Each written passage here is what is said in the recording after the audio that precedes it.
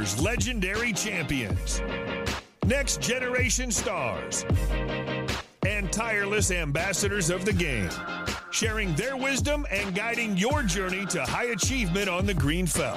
This is Chasing Poker Greatness with your host, Brad Wilson.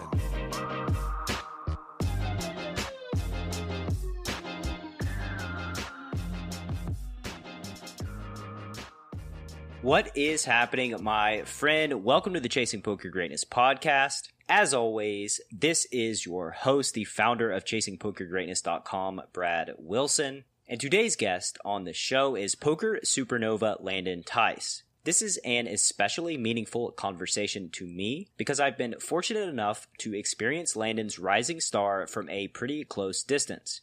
Back in March, which feels like 2 or 3 lifetimes ago, the Poker Detox crew had a company retreat in Atlanta where I got to hang out with Nick Howard and his crew for 3 or 4 days. When I rolled up to their AIRBNB, none other than Landon Tice was the human who greeted me at the door while he was simultaneously playing online poker, of course. It took me all of about 3 seconds to appreciate Landon's passion for the game of poker and how laser focused he was on becoming the best poker player he could possibly be. Although that was a mere 9 months ago, what he's done since is nothing short of astonishing. Not only has he dominated some of the toughest cash games in the online and live worlds, but he's also had his first 6-figure MTT score in November when he took down an $1,100 MSPT for a cool $201K. In today's conversation, you're going to learn how Landon has managed to progress his poker career at warp speed, a greatness bomb on the relationship between graphs and volume, how he's built up such an envious poker network for any aged human, much less a 21-year-old, and much, much more. So without any further ado, I bring to you my friend and one of the current and future stars of poker, Landon Tice. Landon, good afternoon, sir. How you doing? Good. How you doing? Doing very well. It's been a long time coming having you on this show, and I've been looking forward to it. And you're in Vegas right now, correct? Yeah, in Vegas for the time being. Is that a permanent thing? Kind of in some transition-y phase, I guess, for moving from Florida to Vegas. And like my mom's coming here for Thanksgiving, I'm going to go back home for Christmas, and then every couple months I'll be back and forth. Mostly in Vegas, though, just because most of the things I can do, at least poker-wise, I can do in Florida and Vegas in the same time, but Vegas just has more options, so it just makes more sense to be there.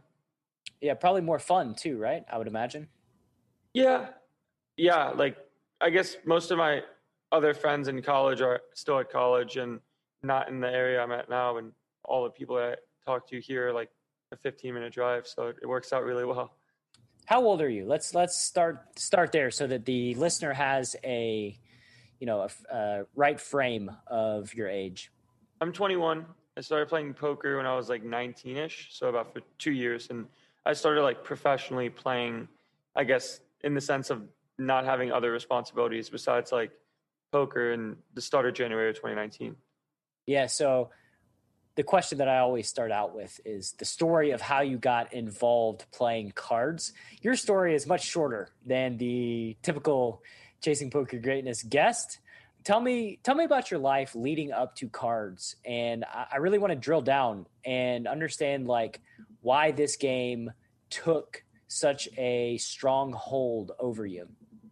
So when I was younger, I started in competitive environments. Like I played chess when I was like around pre-K to kindergarten to first grade sort of years, and I was pretty successful at chess. Tell me about that, because you're not the one making that decision. Your parents are, right? Like, yeah, your mom and your dad. Tell me about their impact on, you being in competitive environments.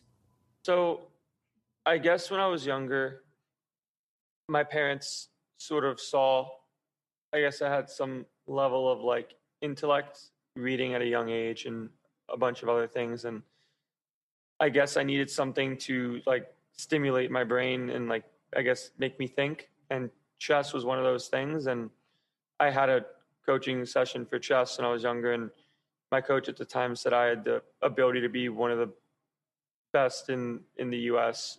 And in a short amount of time, I was second in the country from pre-K to kindergarten to third grade.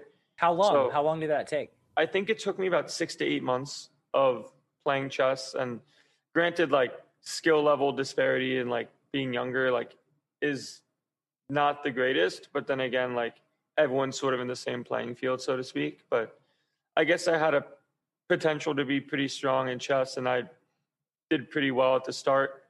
And How did it make you feel? Like going back to that session that you could be one of the best in the US. Like how did you feel in that moment? so I didn't hear it myself, but I guess my mom felt a pretty good, deep sense of like pride in some way. And my dad for sure figured that, yeah, like it makes sense that he'd be able to do pretty well at this. And I was just really enjoying chess for what it was. And But they told you, right? You were aware that this they thing told was me dead. now. Oh, They they didn't tell told me you back now. then. Yeah. Okay, They so told me you know. like a couple months ago. Yeah. Because like, I think it was probably better because I probably would have gotten my head in some way, but then maybe like it would have been good in some ways because I would have stuck with the idea that, yeah, if I worked really hard, I'd be really good. And I wanted to be good for my own right in some ways, but I also didn't know what I was really aiming for besides just winning more chess matches and not feeling like I guess winning chess matches led to playing more matches, and that's what I wanted to do instead of just like winning because I wanted to win against whoever I was playing against. And I also didn't like the feeling of losing at all. Why not? I guess I felt like I let my parents down in some way because they spent a lot of time helping me get better, helping me put in the time, and not that they didn't like feel like they felt for me when I lost because they knew how much I want to lose, but I also felt for them like I didn't want to lose because they spent so much time and energy to take me on trips to play chess like across the different states and different places in Florida when I first started, that I just wanted to like make them proud and I wanted to make myself proud as well and do pretty well, and like winning, like losing doesn't equate to doing well, I guess is a good way to put it. It's so I kind of lost my bearings there for a moment for the Chasing Poker Greatness listener, because that's a question that I propose to my students a lot of the time when they tell me how much they hate losing. I always want to know why. Why do you hate losing? Why is it an uncomfortable feeling? What is your relationship with loss, right? I think that's something that a lot of folks go their entire lives without ever asking, like, why do I dislike losing? What does it mean? What's the root cause? So I could see, the listener can't see, but I could see like the look of like confusion on your face as to like, why do you hate losing? Right. Because it's not a question that most people really invest a lot of energy even considering. It's just like a fact of life, right? Losing sucks and I hate it. But really, you know, it is important to kind of ask, why do we hate losing? What does it mean about ourselves? And like, is there a way to where we could get to a point to where maybe we don't hate losing? That doesn't mean that we're not competitive and that we're not going to try hard and we're not going to be competitors. But investigating that relationship with losing it's a worthwhile thing for, I think, pretty much any human being on the face of the planet. And, you know, you're playing chess, right? How old were you when you stopped playing chess? I stopped playing competitively when I was around, I want to say 9 or 10, because I got into playing golf at that time and I took golf pretty serious. I just moved from chess to golf is basically what happened there. Why? I think there was one specific day when I was getting a chess lesson and I saw my friends were outside and I just wanted to play outside with my friends and I wanted to play us run around like in the field and play football or whatever it is we were doing. And I wouldn't get to do that sometimes because I would have chess lessons after school because I was younger. It was like, okay, you go to school, you come back home, you have like an hour and then you have chess for an hour and then you can play outside until until it gets dark and then come home and I do whatever, get prepared for bed or whatever it is.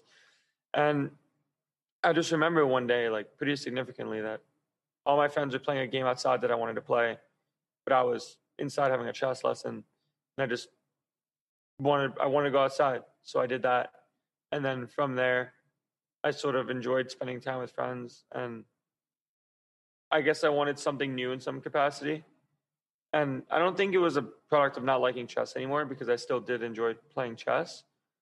But it wasn't as fun as the alternative option of going outside, I guess, is a good answer to that. It's interesting to me knowing where you're going in your life and how we're going to come full circle back to playing a game that is totally inside and not outside. Yeah. So you played golf, you went outside. Golf is I went outside. You went outside. It's they're more physical game than chess, right? Yeah. But also the mental aspect to it as well. What was it about golf that you loved? Why golf instead of, you mentioned football or baseball or any of the other sports? Yeah, so I started playing those sports after golf in some capacity for schools, and I would still play football as well. Like, I was playing football, like flag football, when I was around the same time as golf. Like, it'd be flag football and golf, or basketball and golf. Like, I would play like a recreational sport and also do a bunch of golfing. And I think my dad enjoyed the game, and when I guess I just liked it because my dad did, and I also found it really fun to be able to hit a ball relatively far and then kind of see where it goes. I guess it's something that kind of sticks out to me now. It's like, oh, like, you can hit this ball and it can go places, and then you get to walk to it. I don't know why I found it so fun, but I did. And I enjoyed getting better, and I guess I had a pretty natural swing for the game, like just like mechanics wise, after a lot of work and like fundamental stuff. And it kind of works out now too, because a lot of people play poker also in the golf scene, which is nice. So I've kind of taken advantage of that while I can. But I'm not entirely sure why or how golf came up, but my dad really enjoyed watching golf all the time. I guess I watched golf sometimes on the TV on Sundays when he was just chill on the couch and watch a golf event that closes up on Sunday. And then I guess somehow I said, I want to try golfing, and I did. And then I had a bunch of coaching for that too. Like, it's kind of just been everywhere for me, and a lot of things of just having a coach and having like some feedback. And from there, I did pretty well in golf, and I was third in the state. Let's not fast forward too quickly here. Let's spend time drilling down a little bit. You mentioned your dad. Your dad liked golf. And let's be honest here. Every little boy's first hero is typically going to be their dad. And seeking validation from your father is a big deal. And so if your dad enjoyed watching golf and golf mattered to him, it makes total sense that that's something that you may choose to pursue so that, you could make him proud. And so you're playing golf. You're also playing a bunch of other sports. And I assume this is facilitated by your parents, right? So like, were you growing up affluent? Was this something that they were paying for, like this coaching, chess coaching, golf coaching? Like, what was your home life like? As far as I can remember, like at the time of doing things of that nature, like golf, like I'm pretty sure my dad had a pretty successful restaurant at the time. And there was always, it wasn't always easy, I guess, but there was always enough time to like take me out golfing or do some nice things here and there.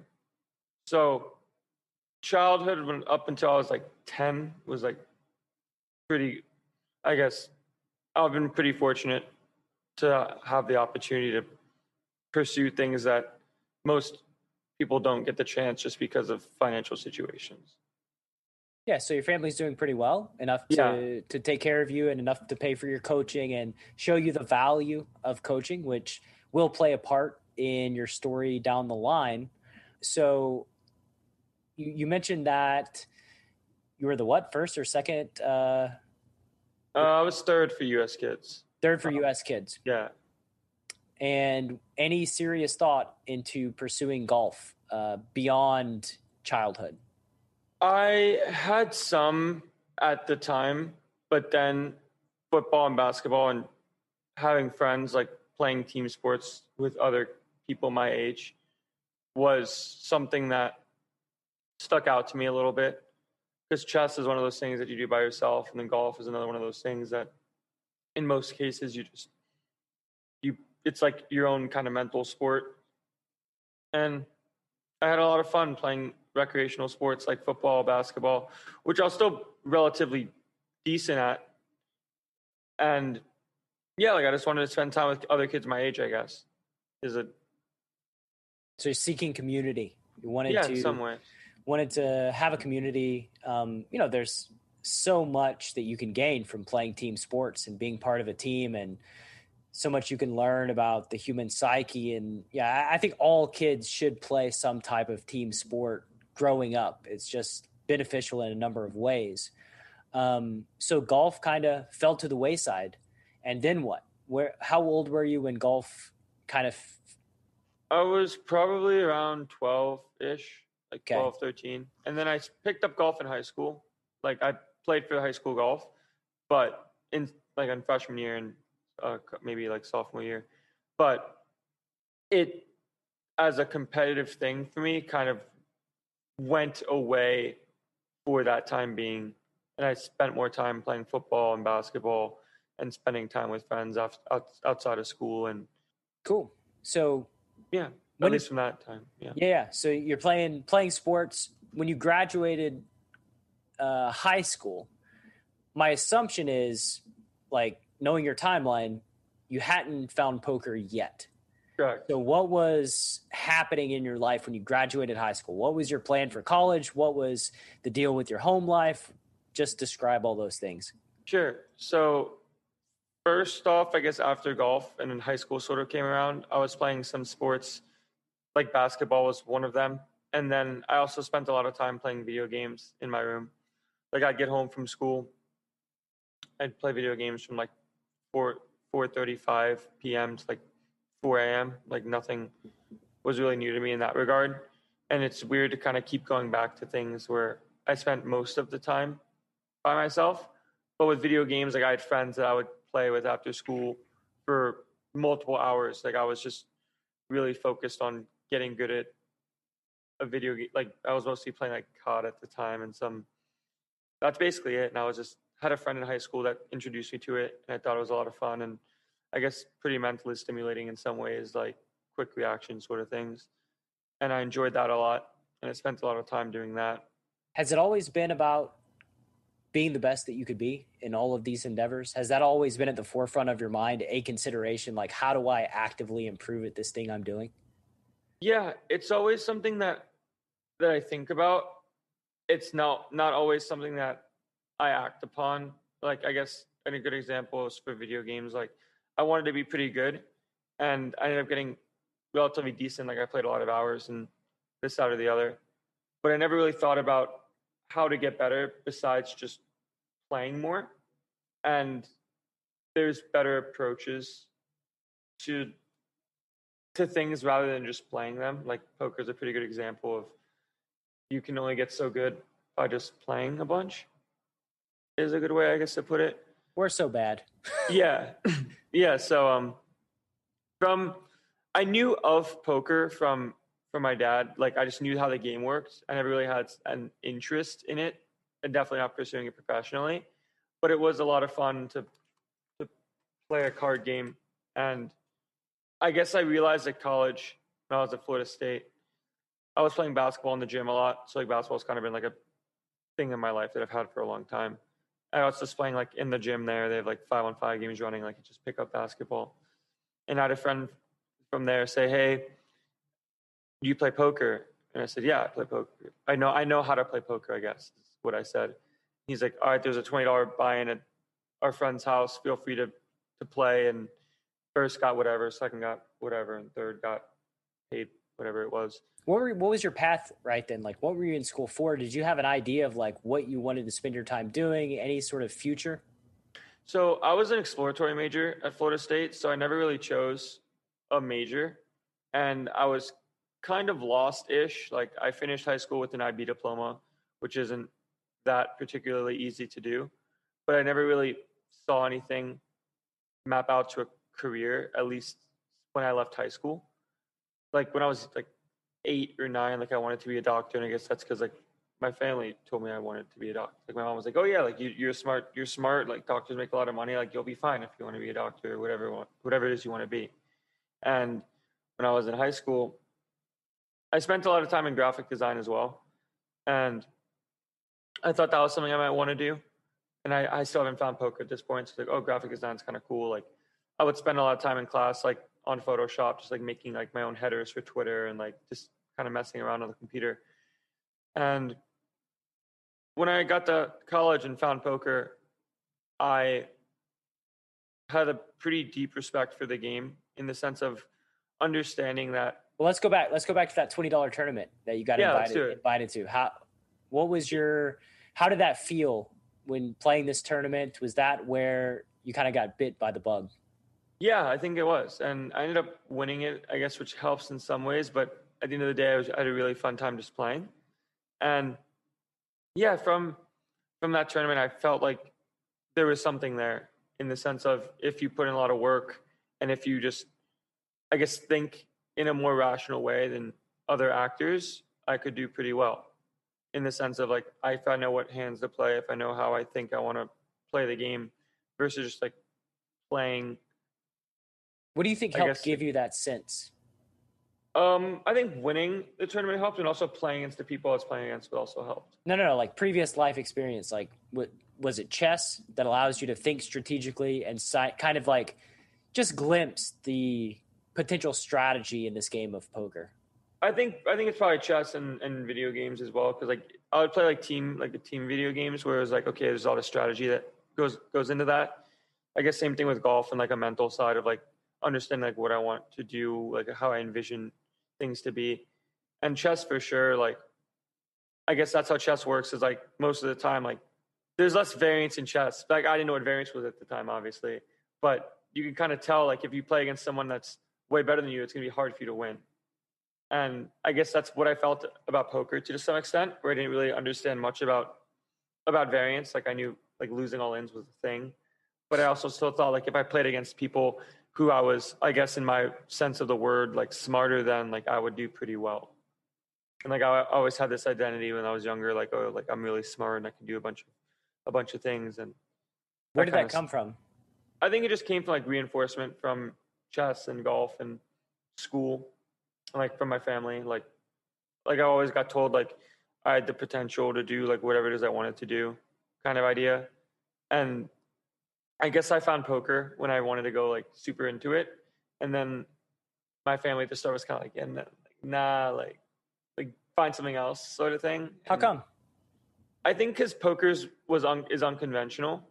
And I guess my mom was concerned for me in the sense of like a public eye sort of thing. Like, oh, like her son is a poker player kind of thing. Like there's no real, like it doesn't, I guess, look too appealing on the surface to people that don't understand what poker is like.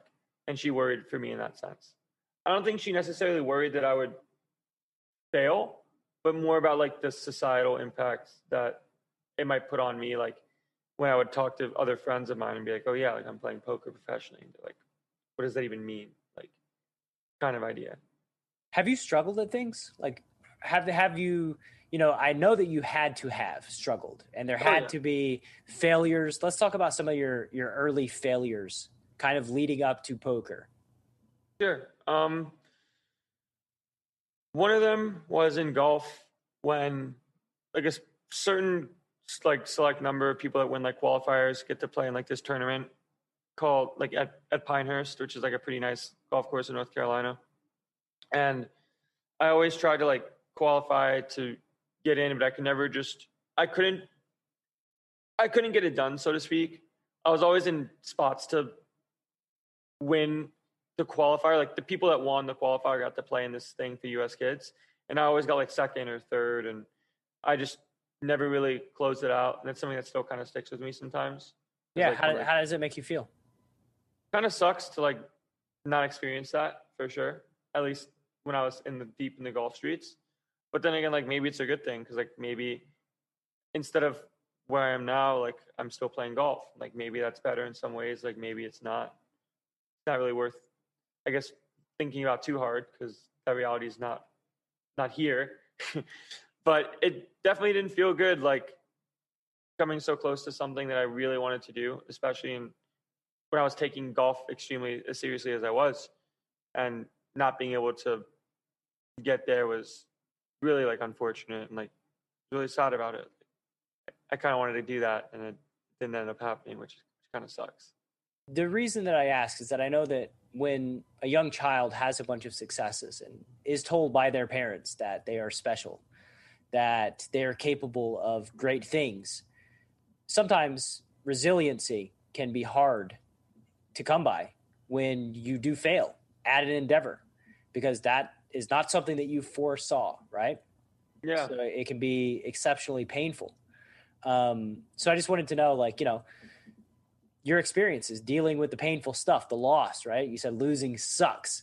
And some losses hurt more than others. And I think that that's just kind of a fact of life. And leading up to your poker career, we both know poker is anything but a smooth ride. It is a bumpy, up and down, swingy endeavor with lots of opportunities for growth. And so you're in college, you get you get bitten by the bug. And how long did it take you to realize that, I don't want to be a doctor. I don't really want to do graphic design. I'm going to do this poker thing regardless of what my friends think, regardless of what my mom, my dad, or anybody else in the world thinks?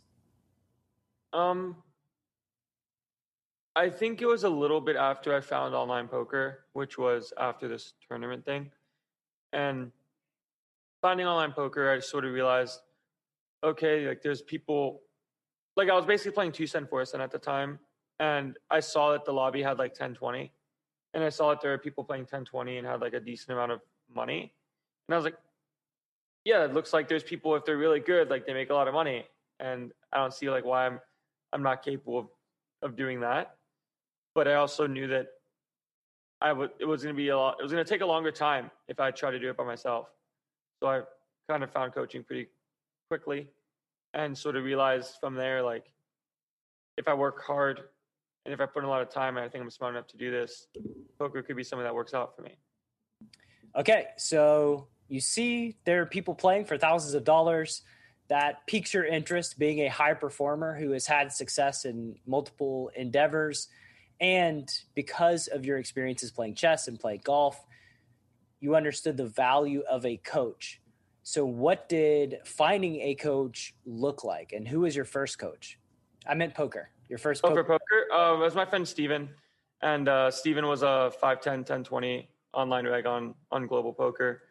And I sort of knew him from video games. And I guess which was pretty lucky to begin with, to not only find someone that was good at poker at that level, but also somehow willing to like give me enough time to help me when I was playing micros. And basically I didn't know him very well, but I knew he was in the video game scene. I played some video games with him, and like we followed each other on Twitter.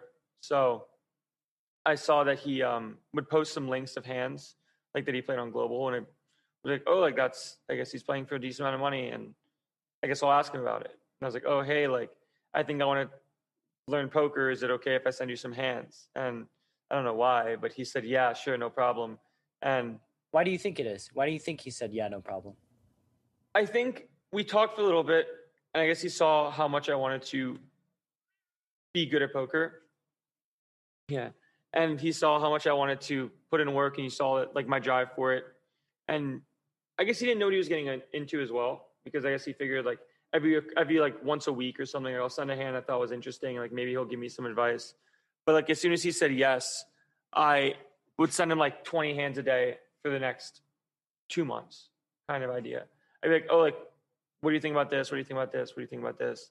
And from there, like, he was like, okay, like this is kind of insane. Like you're sending a lot of stuff. And he was right. And from there, I sort of took poker seriously and stopped sending him things. But then he go see what's that cat doing? Chauncey's just bored. Just bored? Yeah, he doesn't know what to do. But yeah, so he basically just like I was playing 4L at the time, and he was like, okay, like you could probably like not play 4L. Like I've helped you a good bit now. I think you're good enough to beat like 10 cent, 20 cent. So I started playing 20L on stake with him and learning a lot. And I would send him a bunch of hands, and we'd go through hands that I've played, and I had a database from Global before, like you weren't able to download hands, and I'd look through some of those, and I would put in a lot of work, and I play poker for like 8 to 10 hours a day in my dorm room. So like I was just kind of in the poker scene at the time, and I was really looking forward to seeing like what I could do. And this is while I was still in college. So like I started playing 20-0, 4-0 in college, found coaching, played 4-0 for a little bit, moved up to 10-0, then got staked for 20-0. And then from there, I played like 8 to 10 hours a day, put in a bunch of study, reviewing my own hands, and him helping me, like, I guess, learn. And from there, I sort of fell in love with the game and decided I wasn't going to go back to school. Tell me about that moment, the moment when you decided that you're playing enough poker, you love doing it, you don't love school, your path is now going to be poker. Yeah. I think a good thing that helped me with that was looking at like an EV line. Honestly, like when I would like look at my graph and I'd be like, oh, like the graph goes up. And I was like, okay, if I play a bunch and the graph keeps going up, I think I can do pretty well. And I sort of kept that with me through my entire, I guess, little process of going through poker. And from that, I had a friend, I had a roommate in college who would kind of explain poker stuff to, in the sense of all in EV and like how the graph works and like how big blind per hundreds work. So like if you're winning small, but if you play a lot, you win a lot, so to speak. So from there, like I decided like, yeah, like I think I'm smart enough and I have enough help from my friends to sort of take some time off. And I kind of just like bargained with my mom and was like, okay, like give me a semester. And then like, I'll see what I can do. I'll see what I can do in a semester. And then after this semester, we can reevaluate. And if I'm not doing well, if I'm not making money, if I'm not seeing some success, I'll go back to school. Like, that's fine. I'll go back to school. So my mom basically said, okay. And she gave me 6 months. And from there, I sort of played poker a lot at my house in Florida. I was in Boca instead of Tallahassee, where Florida State was.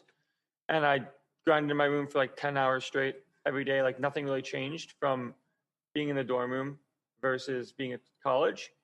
But instead of being in college in like a dorm room that I really didn't enjoy, like a foamy mattress and stuff, like I was in my bed that I would sleep in all the time. And I was in my environment that I really enjoyed being in to some capacity, because I was home a lot. Like I was home alone a lot because my mom obviously had work to do and I didn't have any responsibility besides playing online poker. So I didn't really leave the house, and my mom didn't really come to the house I was staying at because she was with her boyfriend at the time and staying at his house. So like I was pretty isolated for a long time. When did your mom and dad get divorced? Because obviously that's a thing that happened. When I was like 12. You were like 12? In like 5th grade, yeah, 5th grade. Okay. Like 10, 11. And then I guess it was like split time at that point? Yeah, I was mostly with my mom, and then I was with my dad every so often, but still around a decent amount.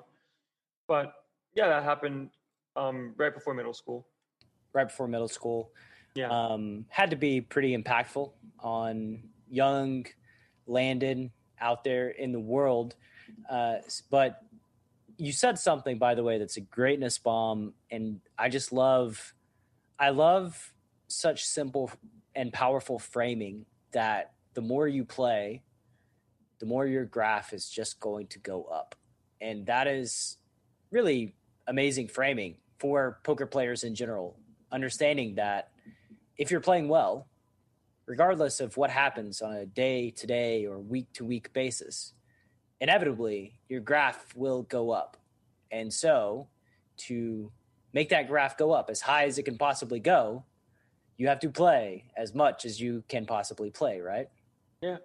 So I think that's that's a greatness bomb, super compelling framing and powerful and simple. So for the listener, take that with you, that when you have all the pieces in place and you know that you're a favorite in the game, the more you play, the more your graph goes up. Jason, tell me about presence. Why did you think presence was the missing weapon in the arsenal of poker players? So everyone's a mindset champion when they're running great, right? But when you're getting crushed day after day and you haven't booked a win in forever and the confidence just gone, and you're trying to do this thing that you read about in a book or someone told you about, being logical and being happy that the money went in good when all you really want to do is cry and hit something at the same time. Like, how are you supposed to be logical in that moment? But that's the only moment when you really need it. What you need in that moment isn't mindset. You've already read all the mindset books and you already know what you're supposed to think and what you're supposed to do. What you actually need in that moment is presence. Presence is the ability to connect the dots between who you want to be and how you can actually be that person when you need it most. So let's cut to the chase, right? Like, how do you do it? How do you stay more present when you're at the poker table? Well, you get there by first deciding that you want more, right? That you want to grow your intuition, that you want to create more flow in your life, and that you want to reach your full potential as a player and as a person. And once you get there, you can start trying out some of the exercises and practices that I've put together. If it feels good, if you're enjoying it, you can keep going, right? And if you keep going long enough, eventually you'll find that you're just playing at really high levels, that you feel good with low stress, and you're enjoying your experience a lot more. Not just at the table, but away from it as well. I personally would love to have as much presence as I possibly can in my day-to-day life. And if you, the listener, right now wants to add some presence to your game, visit pokerwithpresence.com, join Jason Su's email newsletter, and then schedule a free consult with the master of presence himself. One more time, that's pokerwithpresence.com.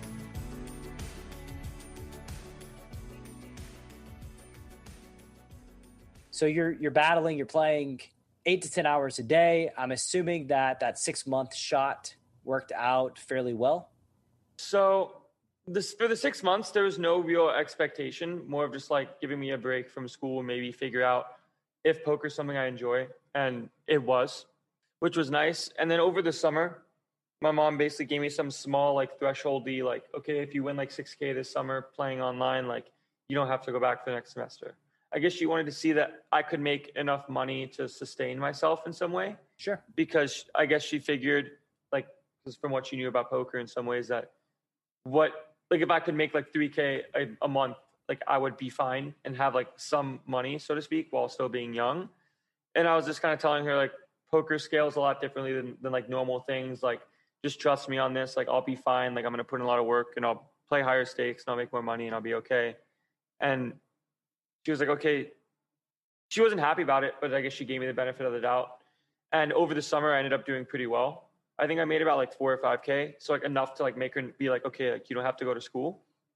But she was under the impression that I was going back to school for this next semester, which I decided not to do. And I decided to play more poker. How'd that go over? It went over well because I was making money. And I also was paying her rent at the time. So after the 6 months, I didn't have to pay rent. But the 6 months before the summer, I didn't have to pay my mom rent because she just kind of gave me the freedom to do what I wanted. And after that, she was like, okay, like, I'm not going to let you just do what you want if you're not making money, because school sort of leads to a path where you can make some money. So I ended up paying her rent from then on, which was fine because I was able to do that. So she didn't really have anything to necessarily say about it, I guess, because it's not like I wasn't able to like fulfill the request that she asked of me. Yeah, you need to be able to take care of yourself. You're going to be an adult. You got to do adult things, and that involves paying for rent, unfortunately. Yep. So from there, I got from 20 and L to playing 50 and L, and then I was shot taking some 100, and I played like 200 a couple times, but nothing insane. I mostly moved up from 20 and L after playing 20 and L for like 8 months, and then got to 50 and L. So I was winning like 4 big blinds per 100 at 20 for like 8 months, like a couple 100,000 hands. And I asked my friend all the time, like, hey, when am I going to move up to 50? When am I going to move up to 50? And he kept telling me, like, I don't, like, in like as nice of a way as he could, which also made me feel shitty in some ways. He's like, you'll move up to 50, like when I think that you're kind of ready to. In the sense of he thought that there was a gap between the skill level of 20 now and 50 now. And I wasn't at that place yet of succeeding at 50. Is that true? Because it doesn't feel true. I think at the time it probably was, because I played a lot of hours at 20 now. And my first shot take at, like most, normally go pretty poorly. And I kind of failed the shot take at 50 for a little bit. I remember I had one day in like April when like I lost like 1K in a day playing like mixing like 100 and 200 an hour or whatever. And like I had a pretty rough day. And I just remember like thinking to myself, like, I'm pretty sure I could play 50. And I didn't think it was, I would shot take 50. Like he would let me shot take it. But when I wanted to kind of move up consistently, like I would shot take and then like lose and shot take and then lose and then shot take and then lose. How did it feel losing 1K the first time? I like shut down completely. Like I literally shut down. I was like, I never wanted to take a break from poker for like more than like a day. But then like, I was also like not in like the greatest like mental state either from like being alone in my room all the time, being alone in the house by myself all the time. And I just sort of shut down. I was like, okay, like I'm not going to do anything for like a week. But that only ended up lasting like 2.5 days. Because like I just sort of thought about not necessarily winning back the money, but sort of just getting back after and like taking another shot at it. Because like I'd have to win like money at 20 now to then go back to playing 100. So I just grinded 20 a bunch, had like a show in the background and like 6 table 20 now. And I guess it's something that I took with me from that moment was if I keep playing and like if things go bad, like end of the day, like the downswing goes away in the sense of like I'll play more, like I'll win. If I have a win rate, I'm gonna win more money back and I'll get there eventually. And I've kind of always had this perspective and it's always sort of worked out from like just playing smaller stakes when I needed to and like taking shot takes. If they fail, just grind back the money and like always having that discipline to do that, I think is pretty important. And from there, it definitely didn't feel good. Like normally, like I always have like a super like hyped attitude about playing poker and getting after poker and studying and reviewing hands. And after that happened, I was like, I have no idea how I just like lost all these buy-ins. Most of them as a product of coolers in some way, others being a product of like my own like mental like leak of trying to like I guess not lose that much money so fast, like playing a higher like a hyper aggressive style and trying to like win more of the pots I was playing for bigger amounts, so to speak. Yeah, and losing sucks, right? Yeah, losing sucks, and it felt really really bad because it was like negative poker result compounded with negative environment didn't help at all, and I was probably like in a pretty big state of depression at the time, just from not really seeing what was happening in the sense of I stopped caring about anything else other than poker. And I started just kind of getting into a mindset of I need to play a lot. I need to get somewhere to not force my mom to like make me go back to school. And like, that's not the healthiest mentality to have at all. Oh, I remember Landon from just earlier this year, right? Was that February that we? It was March. It was March. Yeah. So right when the coronavirus was kind of taking hold in the United States. Well, it had already taken hold, but right when the United States started worrying about the coronavirus, you were a member of Detox. And so going back to that Landon that, you were getting staked by your friend in a state of depression, spending a lot of time by yourself. When did you decide that, I kind of want to go outside and start playing with some kids again? It was probably, I kind of like after like, I guess having like a detox retreat was really helpful in the sense of just like. Well, how did you get there? How did you become a member of Detox? What's that? I played a bunch and I left stake with my friend just because I had like a pretty big, it was like a fault of both of us, of him not being the greatest coach and me not being the greatest student, in the sense of always thinking of what I know is right and always having like this ego perspective of like, I know what's going on here. Like, I don't think you do. And it just didn't really work out in that way. And we're still friends now. And like, he's playing 5K now and like I'm shot taking 5K now. So it ended up working out. But back then, like we had a lot of like disparity between like the way his style and mine. But basically I played a bunch, left stake from my friend Steven. And then a different global poker reg started a stable in some capacity. And I joined that and I started playing 50 now. And I started playing 50 now in Ignition. And in a couple weeks, I got some pre-flop range stuff done. Basically it was like the start of it. And then because my post flop was pretty solid, but pre-flop I was still kind of all over the place in some ways. Like I was probably on the tighter side more than I should have been.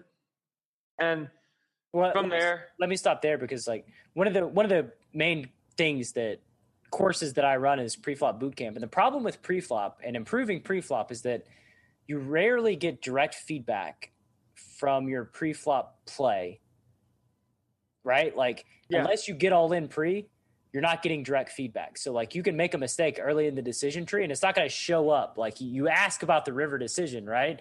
And then whoever is listening to this hand history is like, yo, fold pre. And you're like, yeah, you're a fucker, right? Like that's like, I know, fold pre, okay, whatever. But like, I'm worried about this river. But really, the wisdom is, just fold pre. Like have a better pre-flop strategy and you never get yourself into this situation.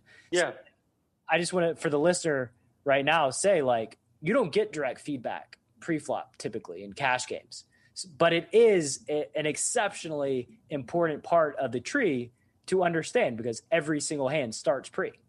Yeah. And I got some pre-flop help in some ways. Like I got Monka ranges and I sort of studied those a bunch. And from there, I went from 50 now to 100 now in like 2 weeks. And then I went from 100 now to 200 now in like 2 weeks. Like I just was on a heater in some capacity. And I also grinded a bunch in my room. And you're playing better too, right? Same sort of principle. And like, I'm just playing better. Yeah. And like playing better, having more clarity of pre-flop stuff and just kind of navigating post-flop how I think makes sense. And if I had a question about a hand, I would send it to him. He'd give me an answer. And then from there, I started in August of 2019. And by the end of the end of 2019, I was playing 200 Zoom and shot taking some 500 full ring on Ignition. So I went from 50 now to 500, which was something that I thought was pretty hard to do. And I wanted to have a goal for myself when I was 21 to have my own role for like 2-5 live.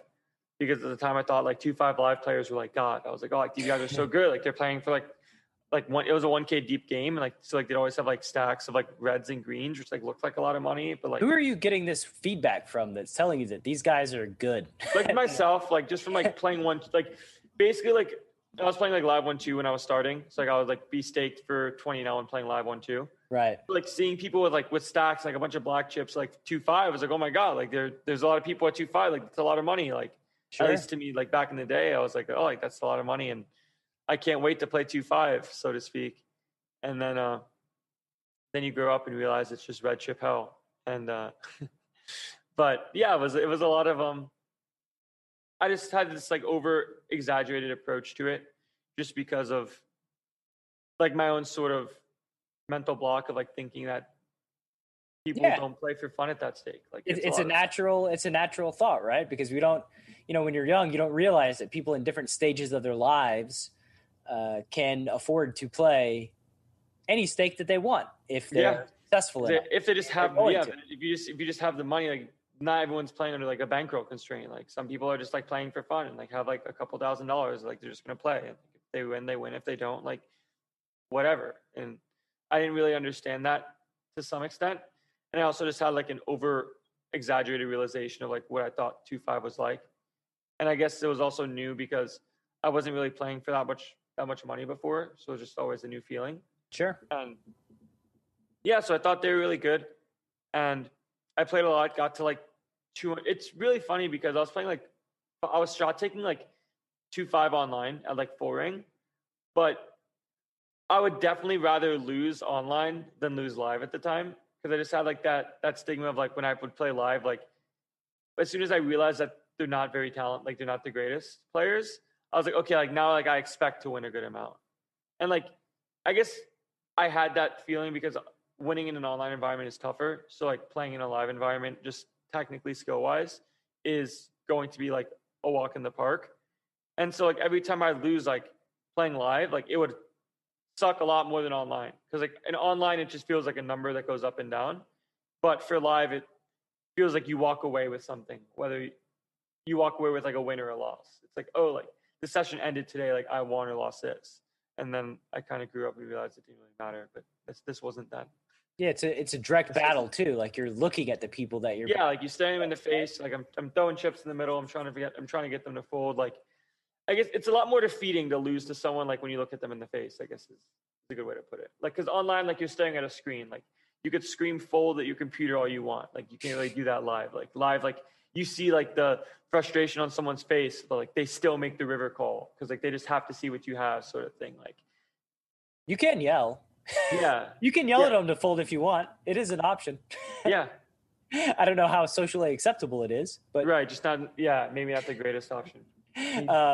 But it's still there. So Nick Howard, you move up from 200 to 500 very, very quickly once you improve your preflop game. And then you have to leave this stake, right? So that you join Detox. How did that come about? Nick basically posted he was doing consults on Twitter, and I was pretty interested in the whole Detox methodology and how to, I guess, have like the back end data to like playing poker. And I was like, oh, that's pretty cool. I kind of want to see like what playing that kind of style is like, because when I was learning in my other stable, I was kind of learning like a solved approach of how to like maintain balance in spots, how to pick bluff candidates, how to look for good calls, like, and all of the stuff that makes sense in a theoretical background, which I didn't give any merit to at the time, because I, like, my friends and I, we just call it brain solver. Like, instead of like using like an actual solver, like I would do like what I thought made sense, like using my own brain. So I'd be like, oh, like my brain solver thinks like I'm going to call here. Like I'm going to be naturally more aggressive in this spot. And all these sort of different factors that led me to make my decisions, because I thought that, oh, why does theory matter when people don't play like this? But the point is, it gives me a baseline and I can sort of see how to, like, where people are falling off track, in the sense of if they're bluffing too much, okay, like now, like my bluff catchers that are like mixing in theory should just be pure calling, and like kind of giving me that baseline of what constitutes as a good hand to take a specific action. And then during Detox and having like the back end pool data made it really cool to kind of see like that sort of different strategy of poker. And I played that strategy and I did really well. Let's go back though. So you do this consult, which, by the way, for the listener, these consults, somewhere in a Nick Howard archive is this consult with Landon Tice. These consults manifested as the Detox files on this podcast that you listen to and love and enjoy. So it's kind of funny that, like, Nick put this out there, you responded, he has this consult with you. How did Nick Howard seduce you to the mass database Detox methodology? I watched a lot of content from like their YouTube channel when they used to do YouTube stuff, and it kind of stuck with me a lot. And a lot of the mental game things that I guess I didn't have figured out, but I didn't have figured out, sort of appealed to me a lot more than like the amount of, I guess, just playing poker itself. Like, I sort of realized there was things in poker that I was lacking that wasn't necessarily, that was from a technical standpoint of just, there's always, like, I always have room to grow and I always have a lot to improve on, but some mental things as well. And I just really liked the content, and I didn't really know how well or not well people were doing in Detox, but it just seemed like an interesting enough thing to me to sort of take some time and see what that was like. And it was a really good experience. It seems like it was likely to appeal to you because of this brain solver joke that you had with your friends, right? Because Detox is mass database analysis. So this is what people are doing, which is a really important thing to know when you play poker online, what folks tend to do in specific spots with specific hands, because you have your baseline PIO solved information, and then you realize where the exploits lie based on emotional, human-driven actions. So I can see that is it's a very seductive thing for somebody like yourself to be like, yeah, I want to know, like, let's look at 100 million hands and how are people actually doing? What are they actually doing in this spot? Because some of the things are fairly apparent, they're fairly observable, and then some of the things are not observable until you have the data, right? Like, you can't tell if somebody's over bluffing 4% on average in this spot until you have this massive sample size, and then you drill it down and you're like, oh, I see it now. But when you're just observing and living it, it's kind of hard to tell, like, Yeah. And I mean, individually, like I'm never going to play enough hands to like even have a big enough database myself to sort of, I guess, come to some decent conclusions. Like you can use some like cool stuff like pre-flop, I guess, if you have like a couple million hands, but post-flop's going to be at least not as proven in the sense of how proven it could be.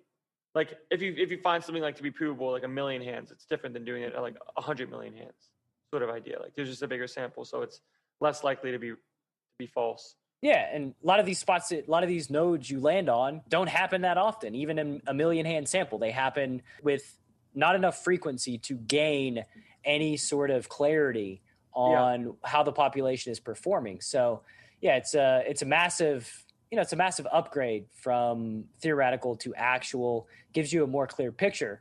So, you join Detox. Mm-hmm. And what made you take that trip where you and I met one another?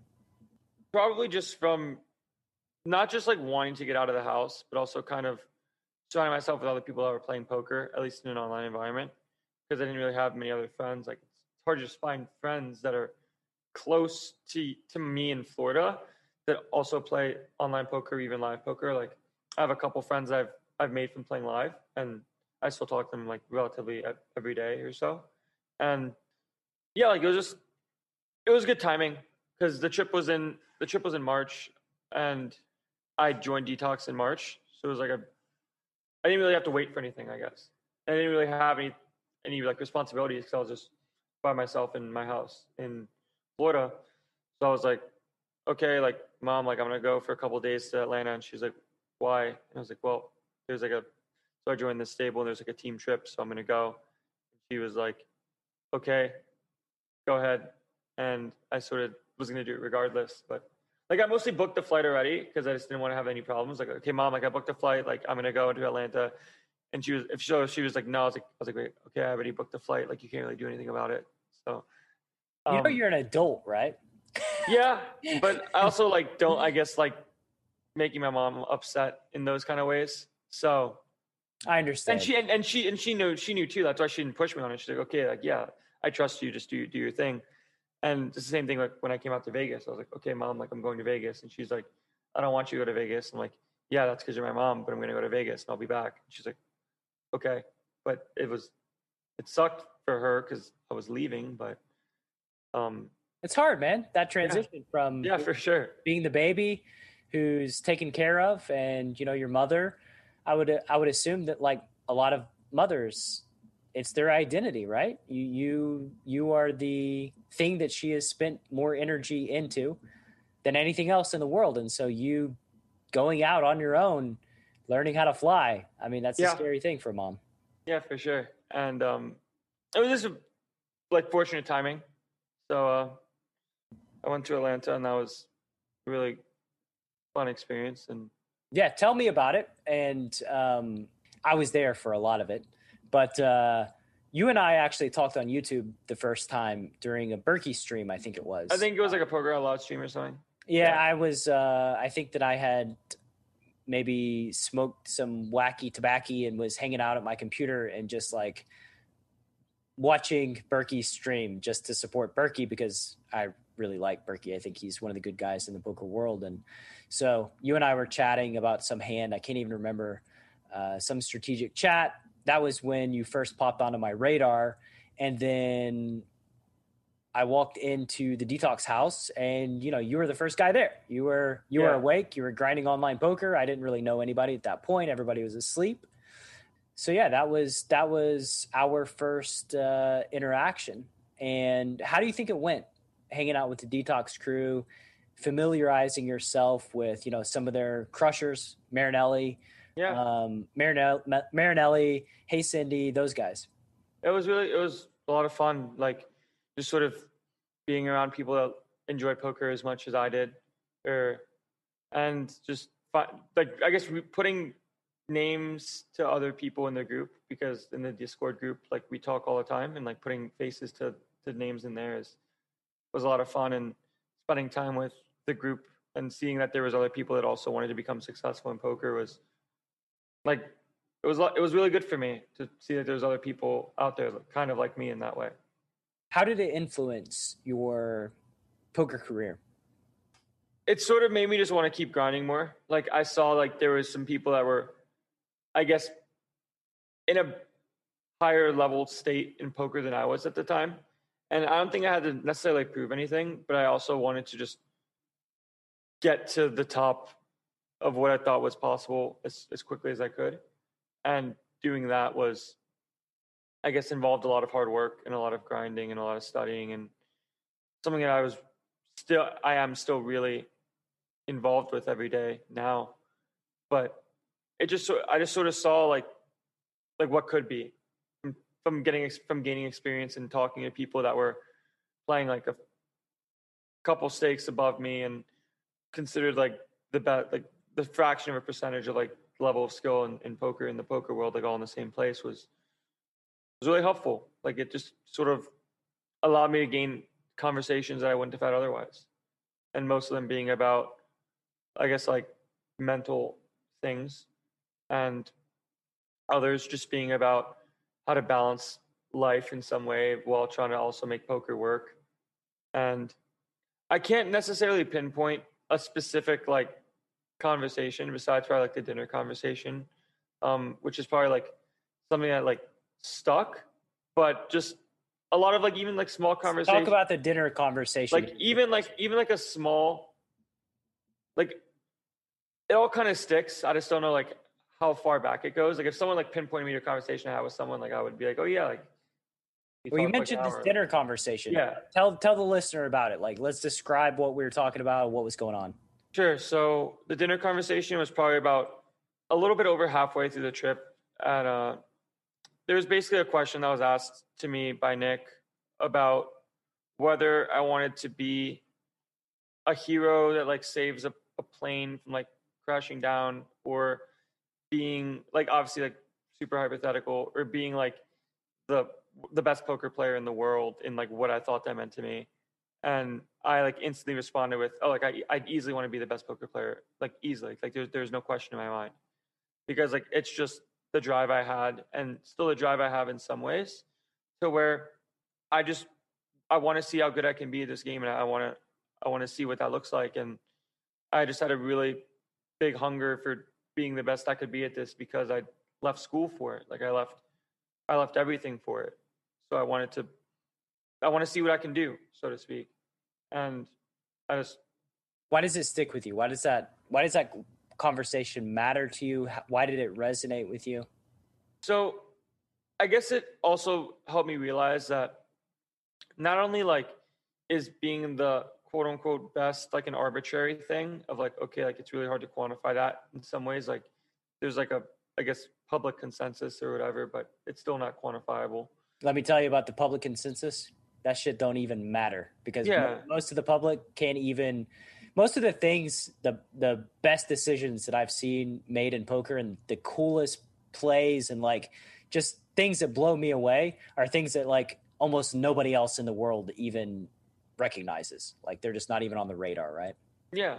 And it also sort of helped me realize that like there's more to just life in some ways than like focusing like on like my own personal growth, in the sense of like having relationships with other people and having friendships, and not just sort of like throwing relationships like out the window just because like I want to be good at something. And like it's not fun to like be at the top like by myself. I want to have friends, and I want to have like some like relationships in that way, where it's not just me by myself grinding poker, because like I knew what that was like when I was playing like lower stakes. Like the only thing that's gonna be different is like I'm just playing higher stakes. Yeah, like I'm still gonna be in like a sad mentality and be kind of depressed, like being in my room all the time. And well, you never get the different perspectives that are necessary to make the upgrades in your game that you need to make to move up the stakes, right? By yourself. It's hard to see. It's hard to know what you don't know, I think, a lot of times. And so having exposure to these guys give you different perspectives as well, and help you in poker, just help you skyrocket through the ranks much faster than you would just on your own. And I want to give a lot of credit here to Nick, because this was something that, I observed, and maybe I felt it too at the time, because I feel like you and I spent a lot of time together in that trip, riding in the car and having conversations. And, Nick wants to save people from suffering. And that's very apparent to me, and I do as well. And when we see somebody that resembles our younger selves, and we see that, like, if you're going to burn everything on the path to reach poker greatness, that ultimately you may find that you don't love what you've reached at the end of the day, and that your life is not fulfilling, and what you've sacrificed to make those gains wasn't actually worth it. And saving you from that potential reality is something that is important. I believe it is very important to Nick, and saving you some of that pain. And so I do want to give him a lot of the credit of spotting that and making an effort to, specifically ask you and maybe plant some ideas for living a more balanced and healthy life. Yeah. Yeah. I mean, yeah, like nothing but good things to say about like my time in detox. And it was a lot of fun being in that group and having, I guess, a support system that wanted me to get better for my own sake. And then, yeah, helped a lot. Look, I totally get it. You feel like being a lone wolf in your poker journey has hamstrung your ability to realize your full potential. So I'm about to give you a golden opportunity to plug into a supportive tribe that will be the poker family you've always wished you had. How much money would you give for 1 hour of interactive group coaching led by myself, Coach Thomas, and occasionally past guests of the Chasing Poker Greatness podcast? For now, and this will absolutely change at some point in the near future, the price of admission to the live Poker Power Hour is 100% free. All you got to do to get your invite is head to chasingpokergreatness.com and hop on the VIP newsletter. No more excuses, no more procrastination. It's time to take action and put yourself in position to turn your poker dreams into reality. I hope to see that beautiful face of yours in just a couple of days.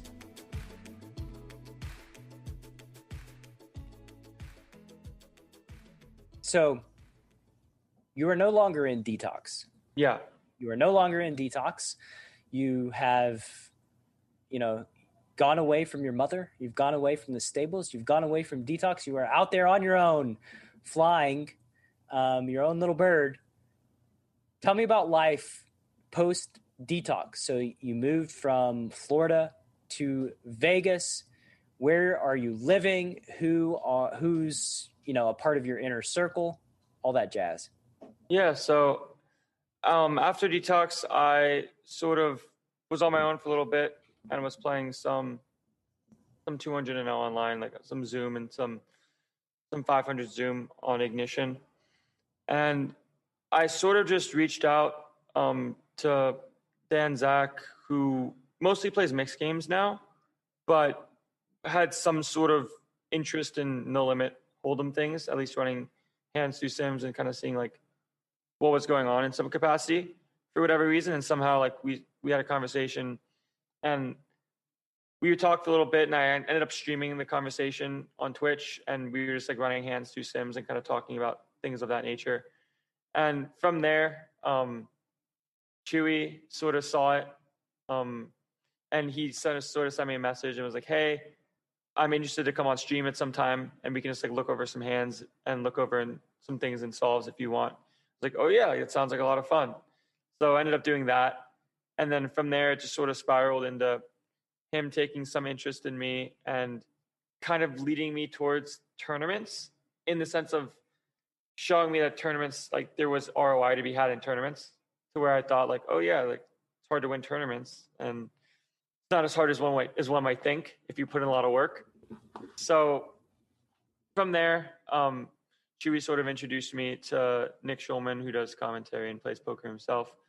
And he was also interested in like the Pio solver studying streets.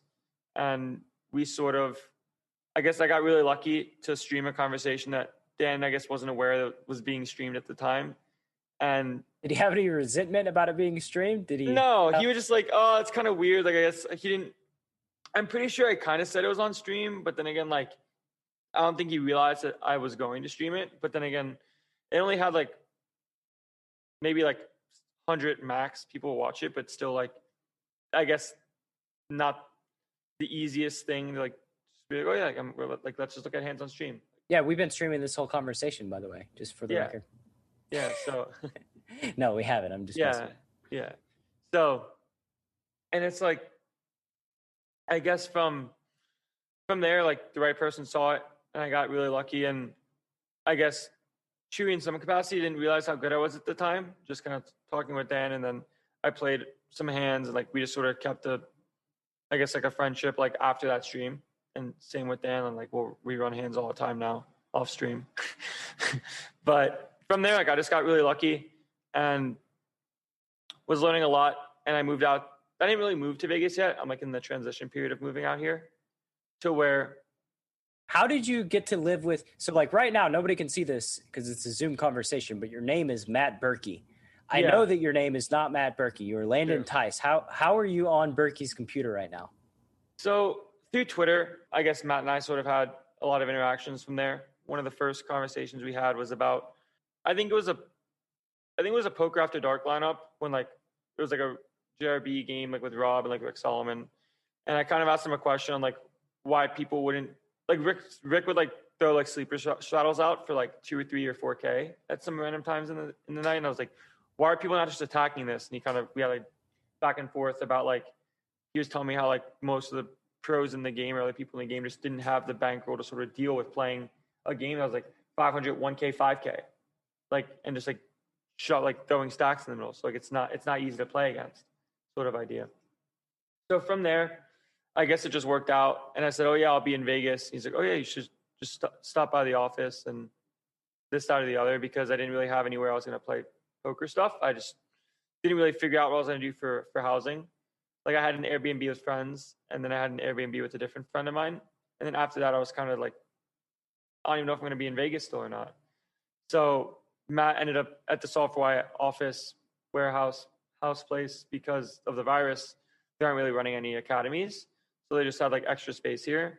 So I was like, can I stay here? Because I don't know what's going on yet. And Matt was like, yeah, sure. Just take care of the cat. I was like, okay, deal. And so I ended up at the office for a good time now.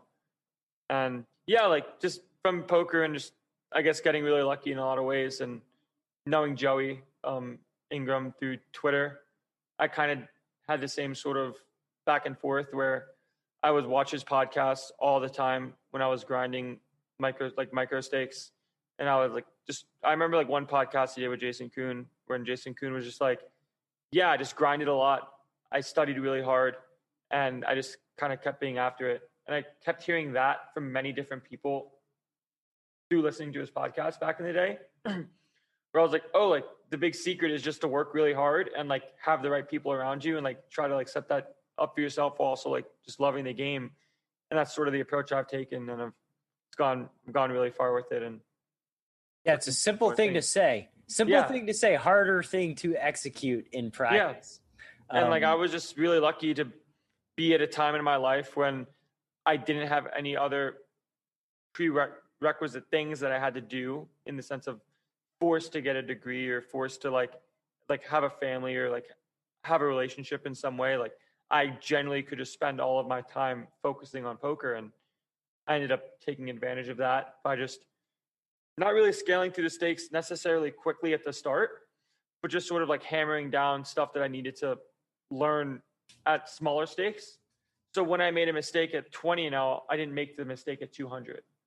So like I mitigated the amount of loss that I accrued over a small amount of time just from playing smaller stakes. Like if you could play 4-0 for like a decent bit and like become very good, and like not just very good by beating 4-0, but just very good technically, like you're going to save yourself a lot of money from making those mistakes at higher buy-in levels. And then you just kind of take what you've learned there, and like 100 big blinds is always 100 big blinds. It doesn't matter what the dollar amount is. Oh, it matters. It matters. The pressure and the stakes.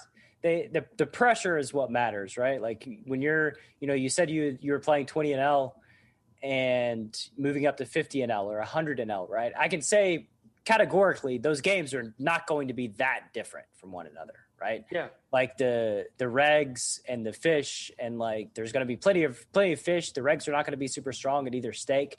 So there's not a massive difference. The only difference is the monetary difference, right? It's the pressure that you feel when, you had your 1K losing day and it felt like hell on earth. And, you didn't play for like 3 days and you were very depressed. That's a different kind of pressure because you were playing a bigger stake. And so that's a thing that folks just have to inevitably cope with, that pressure rising and the stakes rising. And like, you just get in there and you battle, and eventually you learn how to cope where, a 4 or 5K day just feels kind of normal, right?